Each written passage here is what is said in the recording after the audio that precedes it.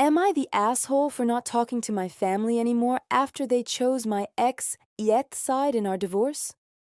I got divorced last year, and it was sudden and just awful. For some context, my ex-husband and I got into a huge fight. He refused to get a job, and he hated that I had a social life and went out with friends sometimes. I'll admit, I was completely fed up with him at this point, and I finally told him exactly how I felt, maybe not in the nicest way. Things escalated fast. He started yelling at me in front of our kids, calling me horrible names, and even chased me. It got so bad that I locked myself in my car while he banged on the windows, screaming at me to get out and talk. During all this, I called my dad, terrified. I was hoping he'd come over and protect me, but instead, he told me I should just get out of the car and talk to my ex. That just broke me. I ended up asking my ex to leave for a few days so we could both cool down. But 2 days later, he showed up with a trailer. He took everything that belonged to him and the kids, and then he took the kids themselves. I didn't see my 3 children for almost 2 weeks. I had to get an emergency custody order and have a sheriff retrieve them from his house.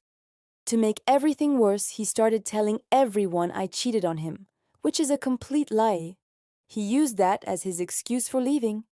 He told our kids that I kicked them out and didn't want them anymore.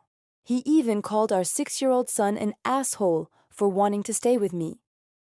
We have a 50-50 custody agreement now, but the bullying hasn't stopped. He constantly belittles me and fills our kids' heads with lies. He has a fancy lawyer, probably paid for by his mom while I can't afford one. I feel like a human punching bag in court. But the real gut punch, my own family, my parents, and my sister are still in contact with him. They hang out with him at school events and text him, all behind my back. My mom told me, "He will always be my son in Christ," which just makes my stomach turn. It feels like the ultimate betrayal. How can they be so friendly with someone who hurt me so deeply and continues to harass me? I haven't seen them in months, and we've barely spoken. I miss my family, but I can't get them to understand my side or even admit what they've done. My kids miss them too and ask to see them, but I just can't bring myself to do it.